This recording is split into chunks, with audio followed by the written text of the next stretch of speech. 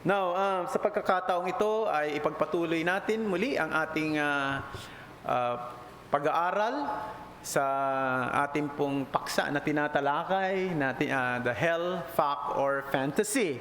So, yan ang ating paksa dito sa Sunday School na medyo may katagalan na rin. I think this is our 14th lecture in this very important topic, hell, fact, or fantasy. So dito ay balikan lang natin at tingnan yung mga highlights ng ating mga pinag-aaralan. Okay, so nandito tayo, nakita natin noong sa mga nakaraan nating pag-aaral, so the reasons for the existence of hell. So maraming mga tao, lalo na sa modernong panahon ngayon, ang siyang lumalaban sa katuruan na meron nga bang impyerno. At ang totoo, ang isang malungkot dyan ay hindi lamang sa mundo ng mga hindi mananampalataya ang mga ingay ng paglaban, maging sa mga Christian community even right now. Meron ng mga paniniwala at pagyakap doon sa mga turo na ang hell is not actually a literal one but a symbolic one. This is not a real place. Walang lugar na kung tawagin ay hell.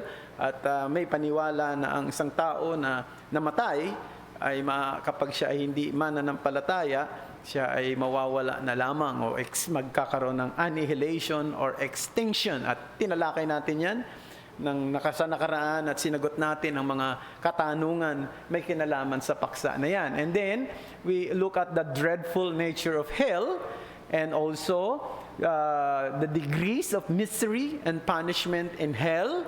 We have discussed that. And then God's vessel for destruction. So itong bahaging ito ay medyo mahirap ng konti sapagkat isang klarong pagtuturo ng Biblia, bagamat hindi ito isang bagay na katanggap-tanggap sa puso ng karamihan, na may mga taong niligtas ang Panginoon at talagang mula pa sa simula, nasa puso at nasa isip na ng Panginoon para sila'y iligtas o tinatawag nating predestinations.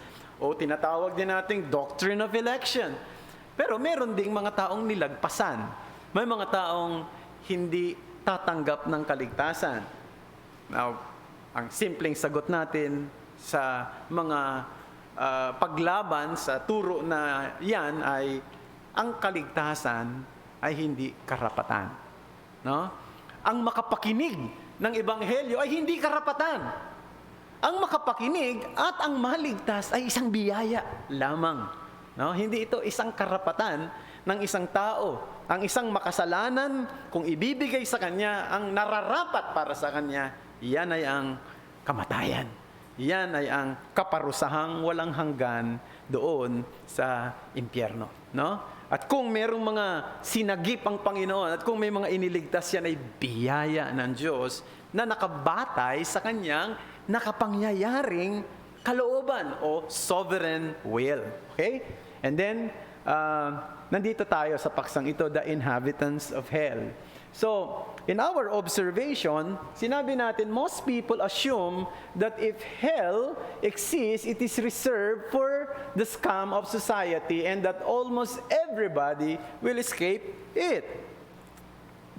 So, yan ang madalas na nasa isip. Itong hell naman, siguro, kung totoo mang mayroong hell, siguro para yan sa mga taong talagang mga masasahol na sa kanilang kasamaan.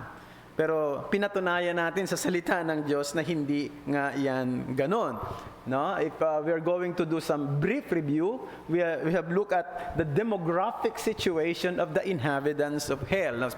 Yung salitang yan ay sarili kong salita, demographic situation of the inhabitants of hell. Siguro yun lang nasa isip ko na tamang description ng mga naroroon. At tatakita natin na in terms of demography, there's a strong hint that the great majority of humanity will go to hell than those who will inherit eternal life. Maliwanag yan sa salita ng Panginoon, na mukhang mas marami talaga ang mapapahamak kesa doon sa tatanggap ng biyaya ng kaligtasan. Doon sa Matthew chapter 7, verses 13 to 14. Pumasok kayo sa makipot na daan, sa makitid na pintuan. patungo sa walang hanggan, buhay na walang hanggan. Sapagkat mas marami ang pumapasok sa malawak na daan, sa malawak na pintuan, patungo sa kapahamakan. So, anong sinasabi ng Panginoong Kristo? Sinasabi niya, mukhang mas marami talagang mapapahamak sa araw na yon. Luke chapter 12, verse 32, "Fear not, little flock, for it is your Father's good pleasure to give you the kingdom." This is to imply that Christians will always be in a minority. Okay? So, isang bagay yan na dapat na maging malinaw din sa atin. And not only that, there is a strong hint that the wealthy are in much greater danger of going to hell than those who are lower in the social order. Now, yung ginamit kong salita dyan ay danger. Hindi ko sinabi na pagka ikaw ay wealthy, patungo ka ng impyerno. Kundi sabi ko, mas mapanganib, mas malaki ang panganib sa mga taong mas nakaangat ang kalalagayan sa lipunan na mapahamak kaysa doon sa mga taong nasa mababang antas. Bakit? Hindi dahil sa kalalagayan nila. Hindi dahil sa mayaman sila o mahirap sila. Hindi yon. Kundi dahil meron silang sitwasyon na maaaring maging hadlang para sa kanila pa. Dahil sa nayakapin ng Ebanghelyo, material possessions can distract a person from spiritual issues. And that is a fact of life. No? Kaya nga, meron sinasabi si Jesus Christ na sa Matthew chapter 13 na deceitfulness of wealth. Ang ano ba yung deceitfulness? Ang pandaraya ng kayamanan. Madaya ang isang tao dahil sa kayaman. Sinabi rin ng Panginoong Kristo doon sa isang lalaking mayaman na naghahangad na magkaroon ng buhay na walang hanggan. At nung sabihin ng Panginoon, sige, ibenta mo yung mga ari-arian mo, bigay mo sa mahirap, sumunod ka sa akin. Hindi naman sinasabi ng Panginoon, yun ang paraan ng kaligtasan. Dinidil ng Panginoon yung kanyang kasalanan na kinakailangan niyang pagsisihan dahil pinag-iimbutan niya ng gusto yung kanyang kayamanan, at ang sabi roon ay tumalikod ang mayamang ito na malungkot sapagkat siya ay lubhang mayaman. Hindi niya kayang talikuran yung isang bagay na nagiging hadlang sa kanya para maintindihan niya ng husto ang kaligtasan. Isipin mo, no? Handa mong ipagpalit ang kaligtasan sa isang kayamanang panandalian lamang. So yun ang totoong nararanasan ng marami. Kaya nga sabi ko nga, kung mayroong isang mayaman talaga na nagiging Christian, isang malaking himala talaga yan. Sapagkat mas marami sa kanila, nag-iimbot sa kanilang mga material na bagay at hindi binibigyang pansin ang pangangailangan ng kanilang kaluluwa. Okay? And then material possessions can often be used as a lever to gain things denied for poor people. Okay. Now, the disposition of those who are to be condemned to hell. Number one, the people who think that they can earn heaven by their own merit and ability and effort. Yan. Ano ba nga ba yung mga ugali ng mga taong naroroon? Ito yung mga tao na tingin nila sa sarili nila, okay naman sila eh. Wala naman silang problema eh. At maaaring, pwede na nilang tapatan ng maraming magagandang bagay kung ano man ang kanilang pagkukulang. Hindi yan ang sinasabi ng Biblia sa mga taong magmamana ng kaharian ng langit. Sabi ng Biblia, Matthew chapter 5 verse 3, "Blessed are the poor in spirit, for theirs is the kingdom of heaven." At ang ibig sabihin, kinakailangan ng isang tao makaramdam sa kanyang sarili na siya'y aba. Hindi niya kayang iligtas ang kanyang sarili. Siya'y nakakaawa sa harapan ng Panginoon. Siya walang may pagmamalaki pagdating sa usaping espiritual. Kalang maramdaman niya yan. At hanggat hindi niya nararamdaman yan, ibig sabihin, nandoon ang tiwala niya na maaaring okay siya sa harapan ng Diyos at wala siyang dapat ipangamba. No? And then, the people whose standard of living is their own preference and not God's. At yan, makikita natin sa maraming tao sa ating panahon ngayon. Yung gusto niya ang masusunod. Maring, kaya nga, di ba, sinasabi na nabubuhay na tayo sa postmodern society, postmodern world. Ang ibig sabihin ng postmodern world, what is right for me no? May not be right to you. What is right to you may not be right to me. Wala nang standard ngayon. Ang standard ngayon ay kung ano yung gusto ko, kung ano yung nararamdaman ko, at kung ano yung preference ko. Kung gusto ko na ang maging karelasyon ko ay kapwa ko lalaki o kapwa ko babae, yan ang gusto ko. Walang pwedeng manguna sa akin. Walang pwedeng magdikta sa akin. Sapagkat walang pamantayan ng katotohanan. Ang pamantayan ay ang gusto ko. Diba? Yan. Salamat sa Diyos, hindi pa masyadong dumarating yan. Parang nakikita na natin unti-unti dito sa ating bayan, pero malaganap yan sa Western countries. Malaganap talaga ang ganyang klase ng concepts sa bansang Europa, most particularly. Sa mga bansa sa Europa at maging sa Amerika ngayon, yung postmodernism. Yan. So hanggat ang standard mo ay ang sarili mong gusto at hindi ang gusto ng Diyos, yan ang mga ugali at katangian ng mga taong patungo sa impyerno.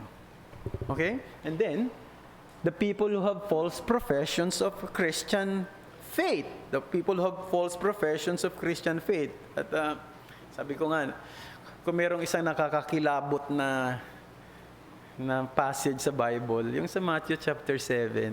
At kahit na ako, pag binabasa ko yun, at pag napapakinggan ko na may nagpipreach patungkol doon, at kahit na ako, kapag ako nagpipreach patungkol dyan, tumataas yung balahibo ko eh. Yung sasabihin na, sa araw na yon, marami magsasabi sa akin, Panginoon, Panginoon, hindi ba? Kami ay mga nangaral sa pangalan mo, nagpalayas ang demonyo, gumawa ng mga dakilang bagay. At sasabihin ko sa kanila, lumayas kayo sa aking harapan. Hindi ko kayo nakikilala. Kayong gumagawa ng katampalasanan. Isipin mo yun. No, God will reject and deny you on the last day, though you think you are doing things for Him. You are doing great things for His kingdom. No? And maybe people are admiring you for who you are and what you are doing. Yet on that very day, God will say, I do not know you. Nakakatakot yan, ano? Pangilabot. And I think, inilagay sa atin yan, sa salita ng Diyos, para kahit na tayo mga Kristiyano na, kahit na tayo mga mananampalataya na, ay dapat laging magsuri ng ating sarili. Laging tumingin sa ating Panginoong Kristo. Panginoon, ikaw ang aking pag-asa. Di ba? Kasi baka ang pag-asa na ng isang tao, yung kanyang ginagawa, yung kanyang performance, at hindi na yung ginawa ng Panginoong Kristo. And then, the people whose lives are being characterized with self-centeredness. And something na, isang bagay din na ginagawa ng Panginoong Kristo sa mga mananampalataya niya, ay ang pagbabago ng ating buhay, ng ating puso, ng ating pananaw. Mula sa pagiging makasarili, iniisip na rin natin yung kapakanan ng iba. No? And that is what church is all about. We think of others. We look at their situations. And we try to help them if we could. In the best that we could. Tama ba? That's why there's a so-called benevolent ministry in the church. Because we are so concerned with others. Hindi na tayo nabubuhay para sa sarili lang natin. Nabubuhay din tayo para sa iba. Yung kapakanan ng iba. Ang iba naman, iniisip niya lang yung kapakanan niya.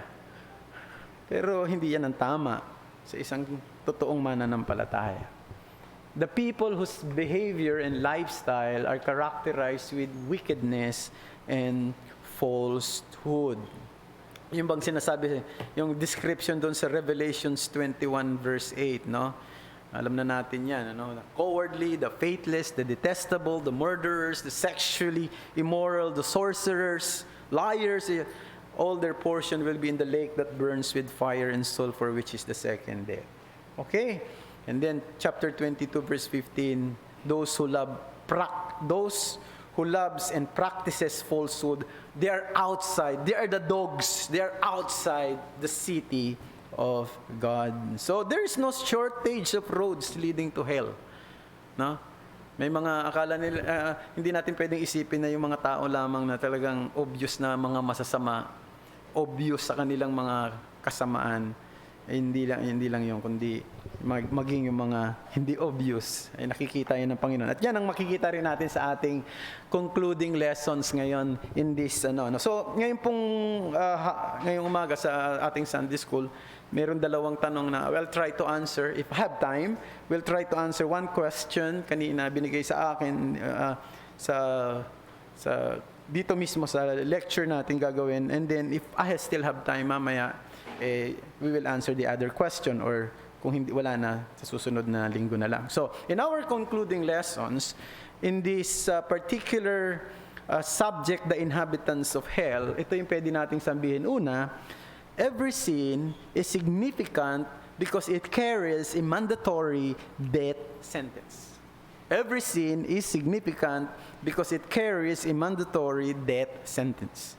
Now, it would be easy to accept, as I said, that those scum of the society, perhaps if we think of personalities like Hitler, Nero, Joseph Stalin, Idi Amin of Uganda, and other terrorist people, pwede sila yung mga nandoon sa hell.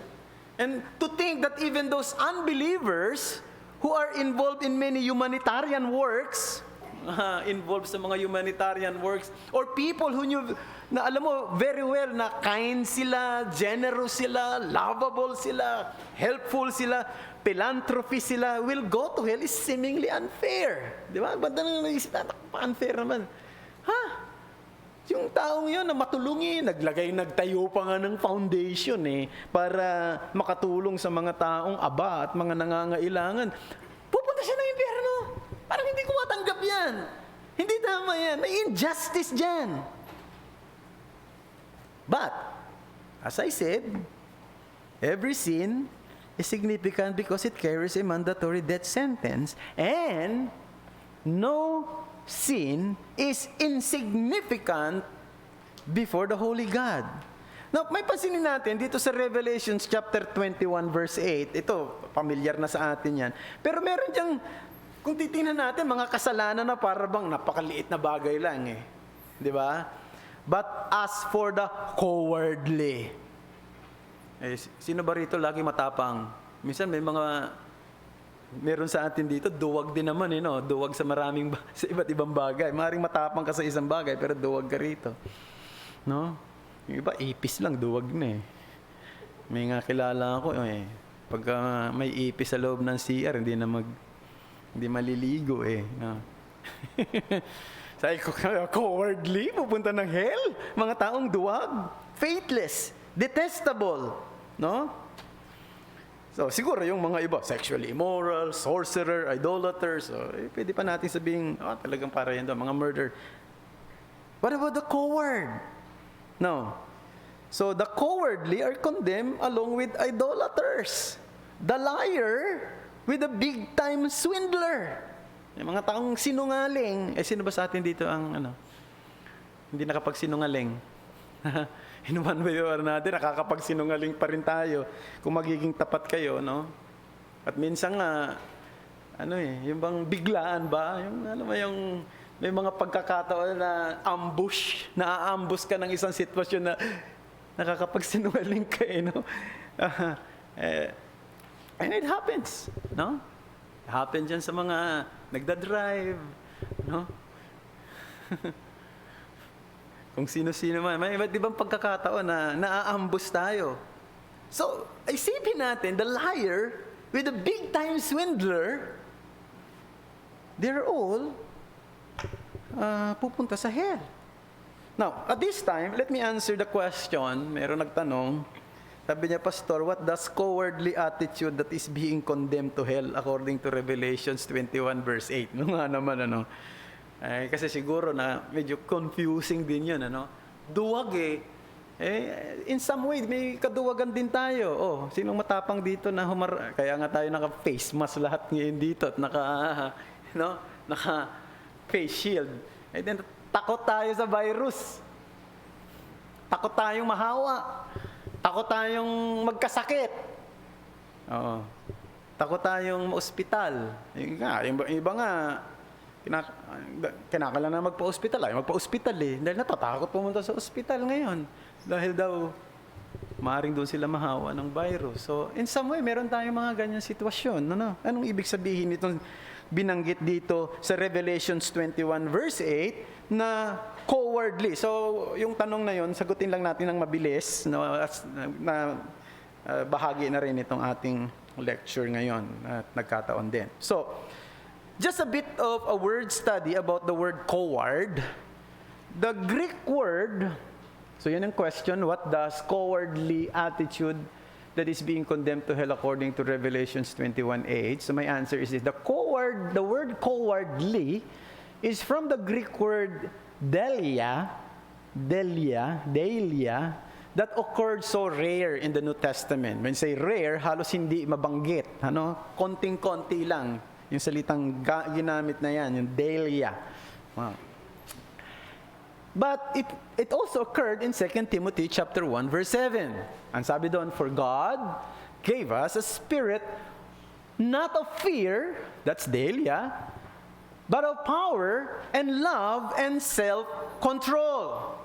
So mapapansin natin dito na yung ginamit na salita dyan, no, ay delia, and the basic meaning of that is fearful, cowardly, fearful, or timid, faint-hearted. So, in this and in Christian writings in general, the word does not refer to specific and usually mundane fears or mundane coward attitude.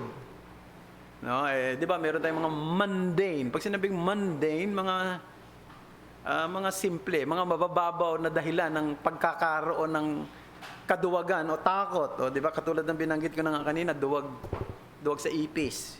Yung iba naman, duwag sa tubig, duwag sa gagamba. No? Meron nga duwag sa gagamba. Naalala ko ng mga bata pa kami, naglalaro kami ng gagamba. Di ba, nilalagay doon sa posporo. No? Pinaglalaban mo pa eh. No?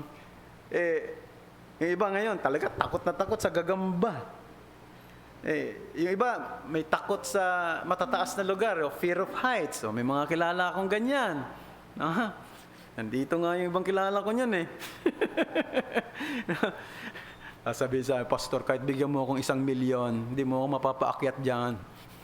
Takot sa mga matataas na lugar. Oo nga. Ano pa? Mga takot sa... Meron ba takot magsalita sa harapan? No? Public speaking. Totoo naman yon. Hindi naman kasi madaling humarap sa tao. No? May mga taong magaling sa makipag-usap ng conversational. Pero pag humarap na sa tao, nagkakaroon ng stage fright. Minsan, nabablanko na. Hindi mo na alam kung ano yung sasabihin mo. So, hindi yan mundane. Rather, the word is used in a context of persecution. No? Where one has to choose between taking a stand for Jesus and denying faith in Him. So, hindi yung salitang coward dyan, ay hindi yung simpleng natakot ka lang sa isang bagay, takot sa dilim, no? Takot sa kung ano-anong bagay, takot sa mga insekto o kung ano man, no? Kundi ito'y may kinalaman sa pananampalataya. Yung bang papipiliin ka sa panahon ng pag-uusig, kung ikaw ba'y tatayo para kay Jesus o itatanggi mo siya. No? Totoo lang, marami tayong problema.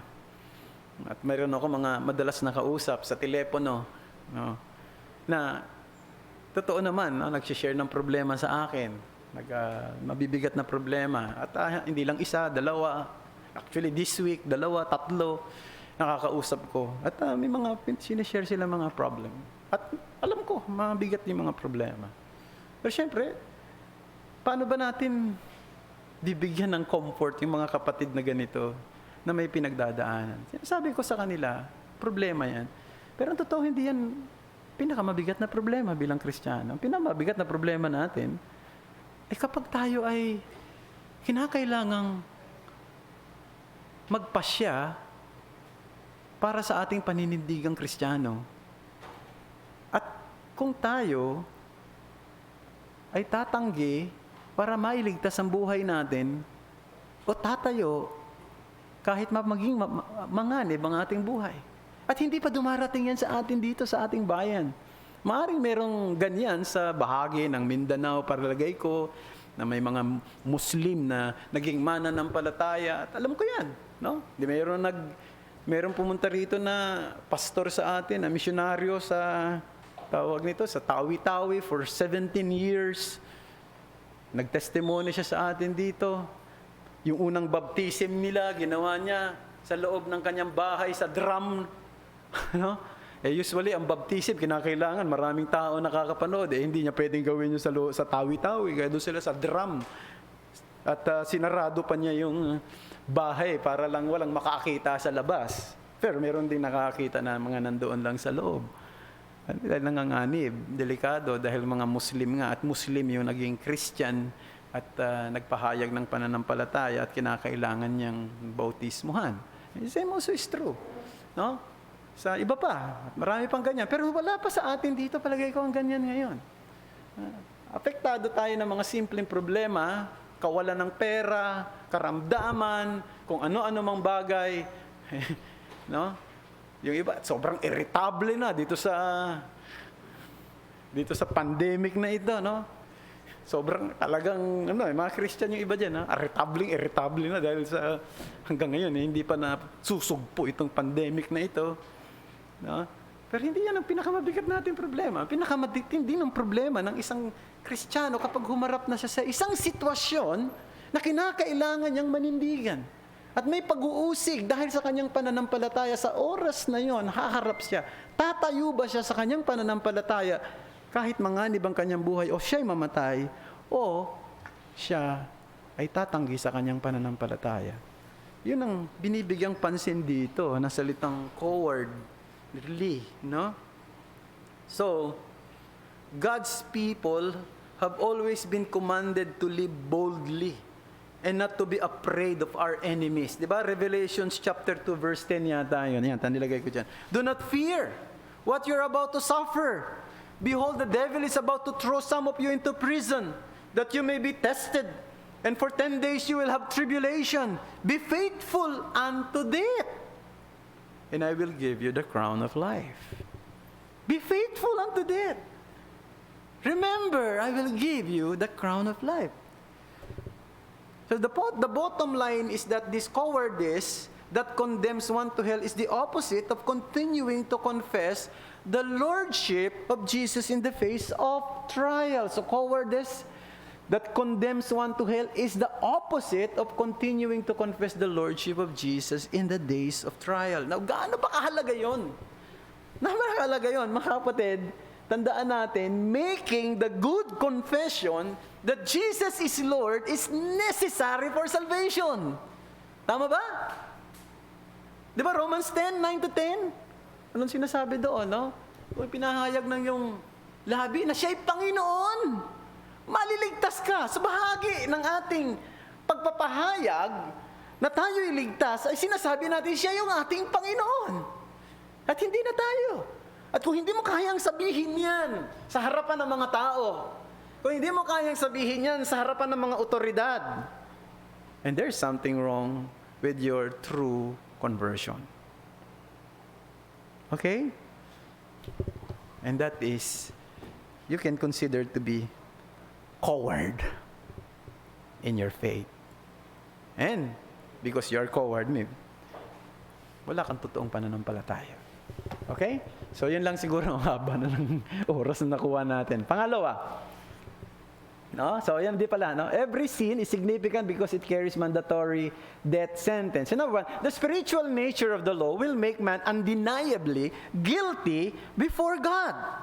The claim not to have committed murder or adultery collapses when exposed to what Jesus said in his Sermon on the Mount about the law.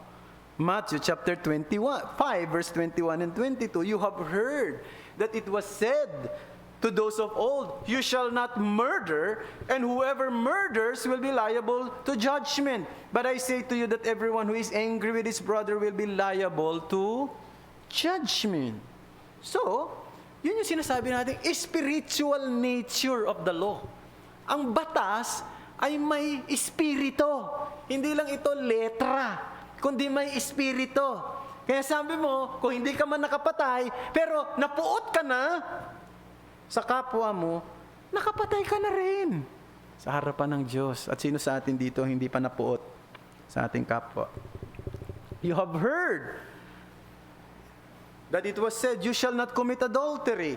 But I say to you that everyone who looks at a woman with lustful intent has already committed adultery with her in his heart. That's the spiritual nature of the law. Sa puso, tumitingin ang Diyos. Sapagkat sabi sa Psalms 51 verse 6, "Behold, you delight in truth in the inward being." Saan daw tumitingin ang Panginoon? At saan siya natutuwa? Sa katotohanang taglay ng isang tao? Doon sa loob ng kanyang puso. So, hindi lang yung sinasabi ng kanyang bibig, hindi lang yung nakikita sa kanyang panlabas, kundi yung totoong laman ng kanyang kalooban. At yon ang spiritual nature of the law. So, sino sa atin dito ang makapagmamalaki na hindi tayo nagkasala ng karumal-dumal sa harapan ng Diyos pagdating sa mga bagay na inisip, no? Hinangad, at nandito sa ating mga puso. Not only that, there are sins of commissions as well as sins of omission. Alam na natin yan. Isa sa mga tinalakay natin sa series natin sa book of James, James chapter 4 and verse 17. "So whoever knows the right thing to do and fails to do it, for in him it is sin." Ito'y kasalanan sa kanya. So, this gives sin in a much deeper dimension. Who can truthfully say dito sa atin na talagang na-perform natin ang duty natin 100% bilang empleyado, no? Bilang trabahador, bilang tatay, nanay, anak, bilang asawa. Walang sino man sa atin dito ay magsasabi na we have done absolutely what we should supposed to do. Ay, alam natin yan. Lalo na, sa mga may asawa rito, ramdam ninyo yan eh. Di ba? Pagkakagalit kayo eh, pwede namang maayos na. Nagpapakiramdaman pa eh. Di ba? Papatigasan pa eh. Ramdam nyo yan eh. So, ibig sabihin, gusto mo siyang lumapit sa'yo. Samantala sabi ng Bible, di ba? Huwag mong hayaan lubugan ng araw ang inyong galit. Pagka nagkagalit kayo, huwag niyo hayaan lubugan. Hindi naman hintay mo lumubog yung araw. Ibig sabihin, huwag mo patagalin. Ayusin na ninyo. At hindi naman pinag-uusapan doon kung sino yung una eh. No? Yung gustong maayos, yun ang mauna.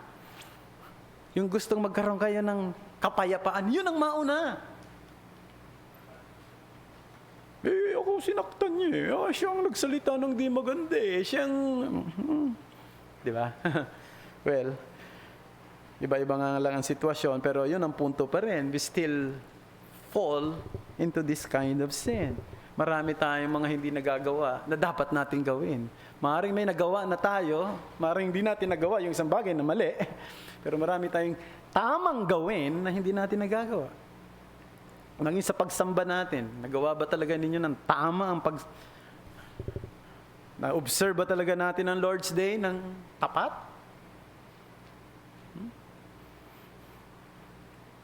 Eh, di ba, pagka minsan madali nga natin ipagpalit yung araw ng Panginoon sa mga bagay na emergency. O kaya sa mga bagay na sa tingin natin mukhang mas may pakinabang sa atin. Okay. God demands perfection and absolute obedience.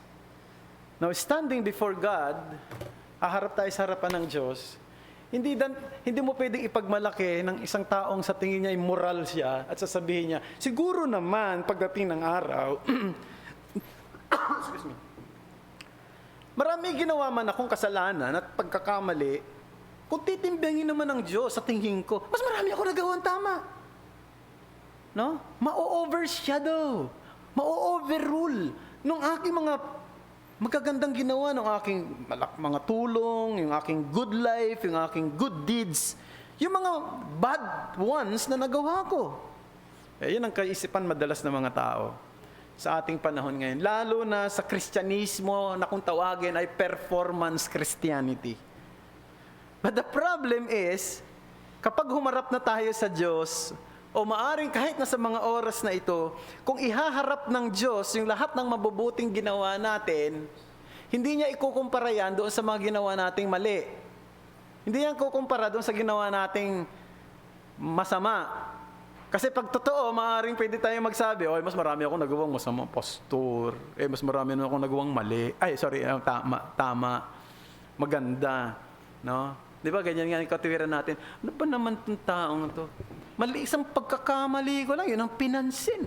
Ang dami ko nang tinulong sa kanya. Ang dami ko nang inano. Di ba, ganyan tayo, ha? Kakait. Nakalimutan niya na lahat ng ginawa kong tama. Nakalimutan niya na lahat ng mga tinulong ko sa kanya. Yun lang isang bagay. Di ba? Alam mo, ganyan tayo talaga mag-isip. Pero ang Diyos hindi ganyan mag-isip. Alam mo gagawin ng Diyos? Ikukumpara niya yung lahat ng ginawa natin sa Kanya. Sa moral perfection niya. Yung morality natin, ikukumpara niya sa Kanya.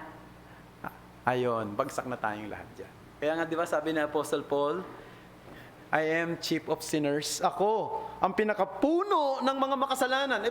Si Pablo, puno ng mga makasalanan. Hindi naman siya siguro kasing tindi ni Nero. Hindi siya kasing tindi ni Hitler. Bakit? Sapagkat, hindi niya tiningnan yung kanyang kasalanan o yung kanyang sarili sa kasalanan ng iba o sa kanyang ginawang mabuti. Tiningnan niya sa harapan ng Diyos. At nung nakita niya yung moral perfection ng Diyos, nakita niya siya ang puno ng mga makasalanan. At ganoon din tayo. Yun ang mabigat. At paano natin titingnan yung sarili natin sa isang moral perfection ng Diyos? Doon sa batas na ibinigay ng Diyos sa atin. Doon sa law na ibinigay ng Diyos sa atin. God has given us His law so that we can understand His moral perfection. And two things about God's law na alam na natin ito. Mabilisan ko na. Yung tinatawag na unity of the law. James chapter 2 verse 10. For whoever keeps the whole law but fails at one point has become guilty of all of it. No? Ang batas ng Panginoon, hindi yan parang quiz or examination paper. Okay, sige, may 1 to 10. Pag naka-8 ka, pasa ka na. No? Hindi ganon. Isang mali mo lang, mali na lahat. Bakit? Yung law ay may unified character. No? Parang botones yan sa damit. No? Katulad ng botones ko rito. Pag nagkamali ako dun sa una, sigurado mali yan hanggang dun sa baba. No? Kung may bagong style na ngayon. Di ba? May mga bagong style na ngayon. Nakikita ko nga. Di ba ngayon, may mga bagong style sa sapatos. Kulay red yung isa, kulay blue yung isa. Ulat ako. Ba't? Magkaibang kulay. Yung pala, yung style na ngayon yan. No? Red yung isang Di ba? Pero hindi ganyan ang law. Ang law, may unity. Isang pagkakamali mo, mali na lahat. And then, the penalty of the law. Galatians chapter 3 verse 10. For all who rely on works of the law are under a curse. For it is written, cursed be everyone who does not abide by all things written in the book of the law. That single sentence is a death blow to anyone who feels that a decent life can satisfy God, can gain a place in heaven, no? And avoid hell. Alam mo, at the moment, you look at the law. Ito, isang bagay na dapat niyong maintindihan. At the moment na tumingin ka sa batas ng Diyos, ang nakita mo kagad doon, guilty ka. At kung ikay guilty, under curse ka. Nasa ilalim ka ng sumpa. Yung ginamit na salitang curse dyan, ay yung ginagamit na salita na curse doon sa mga may leprosy sa lumang tipan. Alam nyo, pagka nagkaroon ka ng leprosy, di ba, sa lumang tipan, yung isang tao na merong ketong, nilalabas yon sa syudad. Hindi sinasama sa maraming tao. Hanggat hindi siya gumaling, doon na siya mamamatay. The same also is true. Ang isang tao na nasa ilalim ng sumpa ng Diyos ay nasa kapahamakan na inilaan ng Diyos. Okay? Okay? And then, God will judge us not just on the basis of what we do or fail to do, but of what we are. Romans chapter 5, verse 12. Who we are in the sight of God. Therefore, just as sin came into the world through one man, and death through sin, and so death spread to all men because all sin. Now, this is something that many do not understand. Tandaan natin, at ito, madalas na natin narinig sa pulpitong ito, si Adan, hindi lang siya ang unang tao na nilikha ng Diyos. Siya ay representative ng mankind. Nilikha siya para kumatawan sa sangkatauhan. Kaya't ang kanyang pagsunod ay pagsunod ng kanyang kinakatawan. At ang kanyang pagsuway ay pagsuway ng kanyang kinakatawan. Dapat maging malinaw yung bagay na yan na kung tawagin sa theology ay federal headship. Huh? Yan ang kalagayan natin. So, tayo ay makasalanan, hindi lang dahil sa gumawa tayo ng kasalanan, kundi dahil tayo ay nagkasala sa pamamagitan ni Adan. It sounds unfair to many, but what's the point of protesting against something God says it's true? Yan ang totoo. Yan ang pamantayan ng Diyos. And those who protest this truth are copying Adam to the letter by rebelling against God's authority, by doing their own thing. Diba? And then, doon sa bagay na yun, gusto kong dapat makita natin, people do not become sinners when they sin because they sin because they are sinners. Psalms 51 verse 5. Behold, I was brought forth in iniquity, and in sin did my mother conceive me. Paulit-ulit na itong verse na ito. A baby who is the object of love by their parents, even before his birth, no? Even before na maputol yung pusod niya, yung umbilical cord, is already prepared to live independently of its maker. Alam niyo yung batang yan, no, na inaalagaan mo, love na love mo, yan ay inihahanda ng mabuhay independently. Naghahanda na siyang independently sa kanyang maker. Sabi nga ni Jonathan Edwards, merong mabigat na salita si Jonathan Edwards, sabi niya yung mga babies daw, they were little vipers. Mga maliliit na ulupong. No? Babies are little vipers. That's a very serious words, ano? Pero yun ang totoo. Babies are guilty before they are born. The babies are not guilty of any sins committed yet, but the sinful nature, the sinful desires, the tendency are already there, waiting to express themselves in the sinful thoughts, in the sinful words and actions that will follow as surely as the night follows the day. Kung papaanong ang gabi ay susunod sa araw, ganun din ang ugali na makasalanan ng isang bata ay susunod sa kanyang pagiging makasalanan sa kalikasan. At totoo yan. Kitang-kita ninyo yan sa mga anak ninyo. No? Kitang-kita ninyo habang sila'y lumalaki. Kung papaanong yung kanilang gusto, yun ang masusunod.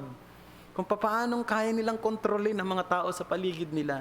Kung papaanong ipinapakita nila yung kanilang pagiging madamot at makasarili. Andoon yan. Maaring hindi pa nila naiintindihan, pero nandun. Ibig lang sabihin, makasalanan na sila bago pa sila nagkasala. No? And then, bilisan ko na. People are not only bad in record, that is guilt, but bad in heart. In fact, yung salitang bad record, bad heart, si Pastor Albert Martin ang siyang parang nag-coin ng salitang yan, Bad record and bad heart. I have listened to one of his preaching in the past. Bad record and bad heart. Sabi ng bad record, guilt, and then bad heart, corruption. So ang pagiging makasalanan natin, yun yung guilt natin, hindi pa tayo nakakaintindi ng kasalanan, hindi pa natin ginagawa, guilty na tayo. Pero ang epekto ng pagiging guilty natin sa harapan ng Diyos ay yung pagkakaroon ng bad heart, yung corruption. Jeremiah 17:9, the heart is deceitful above all things and desperately sick. Who can understand it? And this is the reason why Jesus said in Matthew 15 verse 19, for out of the heart come evil thoughts, murder, adultery, sexual immorality, theft, false witness, and slander. John Blanchard in his book, Whatever Happened to Hell, says, any appeal we might one day make to our respectability, our relative goodness, our religion, or our ignorance of biblical truth had already been ruled out before we could even think of making it. Yan. Kaya, kumbaga wala na tayong pwede pang i-argue against, no? Now, kung natatandaan ninyo, pag naintindihan natin lahat ng ito, yung lahat ng katotohanan ng ito, naalala ko lang, merong nagtanong sa Panginoong Jesucristo Di ba nung dinidescribe na ng Panginoong Jesucristo yung kasalanan, no? Yung matindi yung epekto nito sa buhay ng isang tao, merong nagtanong sa Panginoon sa Luke chapter 13 verse 23, yung thoughtful inquiry. Sabi niya, Lord, will those who are saved be few? Kung ang ibig sabihin ba niyan, kunti lang talaga maliligtas. Alam, very strange yung response ng Panginoon. Hindi niya sinagot yung tanong. Ito ang sagot niya. Verse 24, strive to enter through the narrow door.